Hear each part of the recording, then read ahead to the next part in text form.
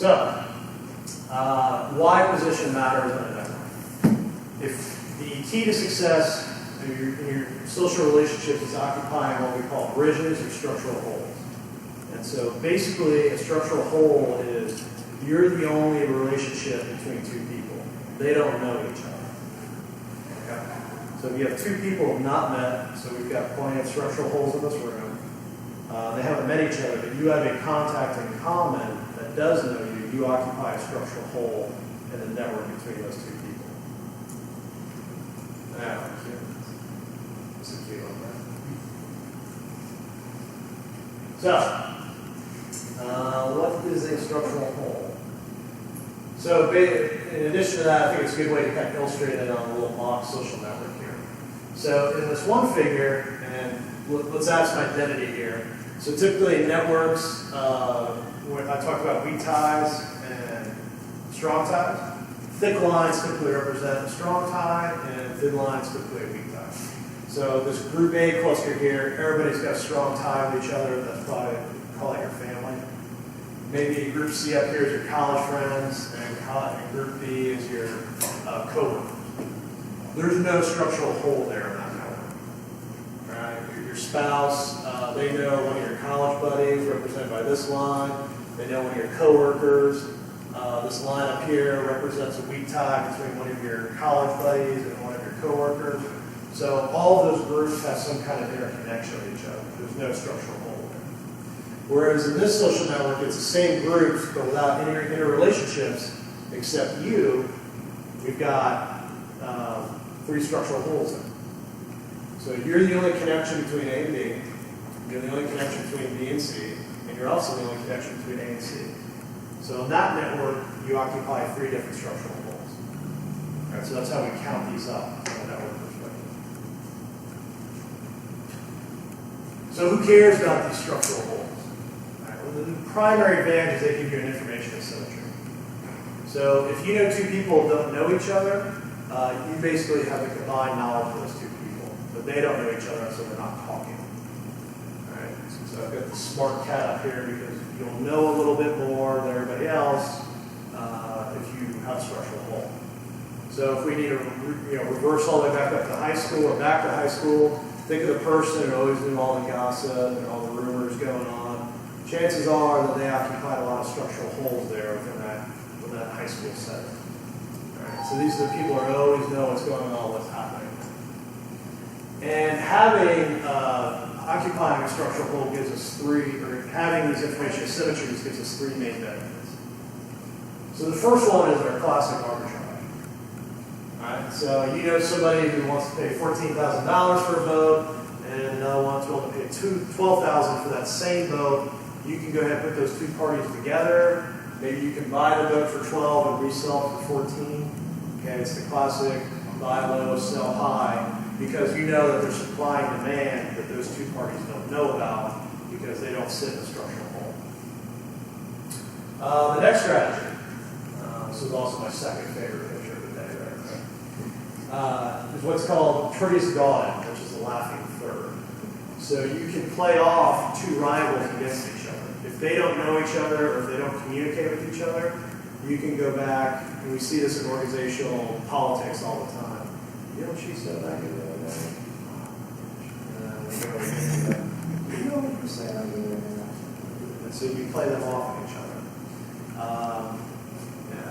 The laughing third here from playing each other off. And we see this in power dynamics at all types of levels. So we see it in politics at the local level. A big reason Iraq and North Korea have all this anti-American propaganda out there is because it's real easy for them to play their population off on this American boogeyman. Right? We do it to some extent too with our government, right? Al-Qaeda's going to get us. I was at this seminar a couple weeks ago, 40-year CIA agent who's saying there's more people killed by falling furniture every year than terrorists.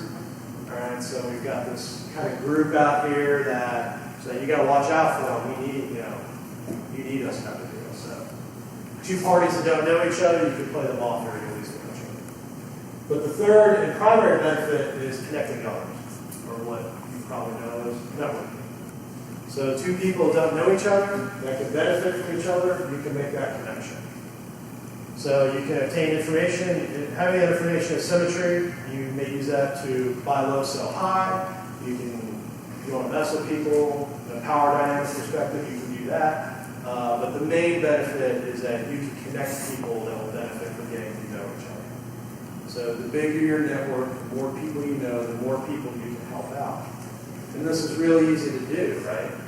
If you know somebody who really needs a job, and you know them well, and they've got this skill set, and you know somebody who's hiring, who, they've hired recruiters, they can't find that person, it's a real pain in the ass. If you put them together on an email or just a simple call, you've done both of them a real big favor, right? And it didn't take you much effort. So the more structural holes you have in the network, the more opportunity you have to kind of hook people up with each other. All right, so that's the real advantage to having a network with a lot of structural holes in it. Now I said that was one of the biggest predictors of life performance. There is about 20 years worth of research now, and structural holes are positively related to sales performance, they're positively related to income, they're positively related to performance evaluations, they're negatively related to getting laid off in a corporation, they're positively related to advancing to C-level positions. What else we got? Pretty much every performance measure that you positively related to starting successful companies. Pretty much every performance measure you'd be interested in as a business person, structural holes are a big driver of that. And there's a lot of empirical evidence over about 20 years before that. Okay, so structural holes get you some, right? So here's how we do it. So big networks, lots of contacts, diverse networks, lots of different people, because when we have diverse contacts, there's less of a chance they know each other, right?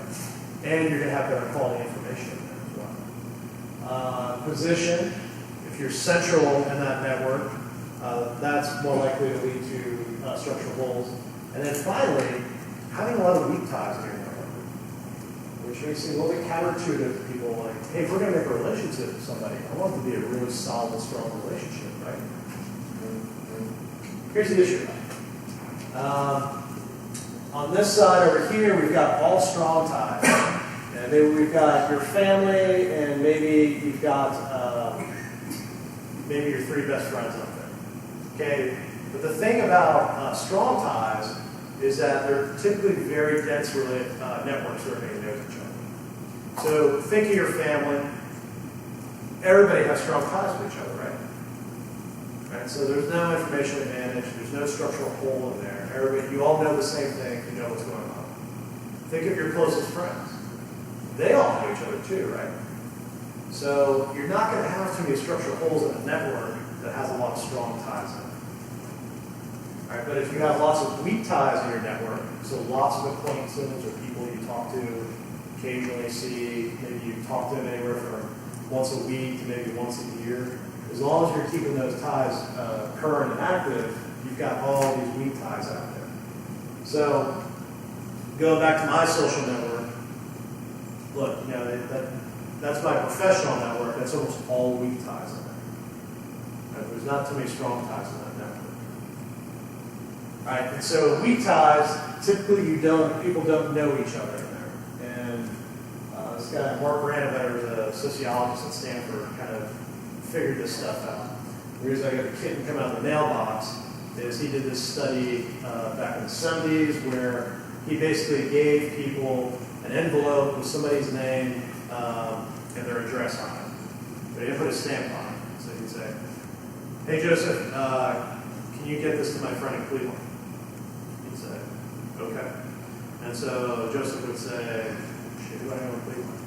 And he calls buddy up and, hey, I got this envelope, you know, this guy's name on it, I'm going to send it to you, maybe you know him, I don't know him. But this guy in Cleveland, he can ask around, and hey, I don't know that guy, but I know where he lives, I know somebody in that neighborhood, and so they bring the envelope to that person in the neighborhood, and they're like, oh yeah, I know him. And so very quickly, what he found was that typically that envelope would reach somebody, a complete stranger anywhere in the United States, within 3 or 4 pass-offs. So these weak ties are actually very powerful. You can get information and deliver information very quickly through them. It's more difficult to set up. What's up? Are they more difficult to set up for weaker time and stronger time? You and I are weak tie right now. Is that tough for you? Did it hurt? Yeah. But I mean, I've moved around the country a lot, Sure. so I have a lot more weaker ties. Right. So that's a good thing. So that is a good thing. Meanwhile, my family likes to stay up in one part of the country, so they all have close ties. Yes. They're afraid to move out of there. We'll get to that in a couple slides here. I have a clue where you're going. So if we count up the amount of structural holes here, how many structural holes do we have in this one? I guess maybe one, right? How many do we have here? 20. I get 15. Maybe you can stretch some more out there. You being the unique person between these, say your family and these 5 other groups of people out there. Okay, so very quickly we start to see it's not a linear progression of structural holes, it's an exponential progression. So just having a few of them actually exponentially increases the amount of structural holes you stack. So again, I think that's a really good way to illustrate the diversity, or the reason you want diversity in your network. You can have with only a few connections, you can have a lot of structural holes in them.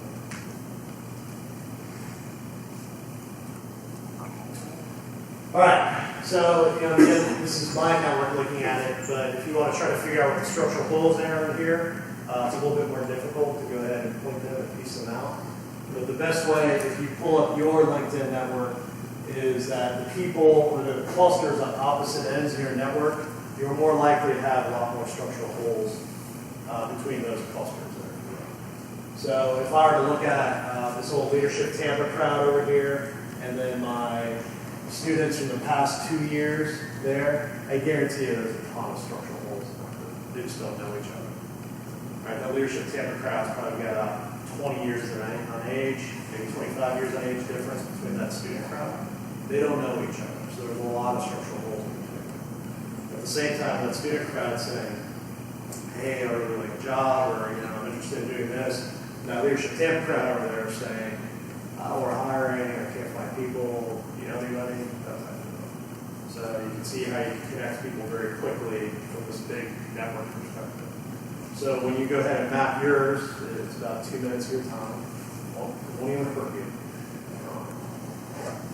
You can quickly be able to see this and get not a specific idea of each structural hole in your network, but it gives you a pretty good indication of the groups that don't know each other. All right. And again, this whole right side of my social network is USF students for the most part. Well, guess what? They all know each other. There's definite overlap. There's differences in your groups, but there's overlap in your groups as well, too. So there's not as many structural holes between those three clusters. So, how many of you done this? On vacation, you bump into somebody, you're like, oh, yeah, we know somebody, right?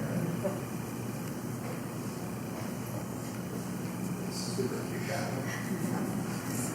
So, going back to that little network example I had there where we had those 15 structural holes, typically there's a lot of people we don't know that know those people. And so all of a sudden this thing gets a lot more denser, or there's not as many structural holes as you thought. It goes back to the envelope example too. Here's what I love to do. How many of you knew somebody got killed in the 9/11 attacks? 1, 2, 3. How many of you know somebody who knew somebody who got killed in the 9/11 attacks? All right, typically most of the hands go up. So there's less than 3,000 people, yet almost every time I do this, half the audience is at least 2 no's removed from one of those people. Right? It gives you an idea of just how small the country is and how really interrelated we are. So this small world syndrome, where like, I can't believe that person knew that other person. It happens more often. We can see from the social network perspective how it's a very common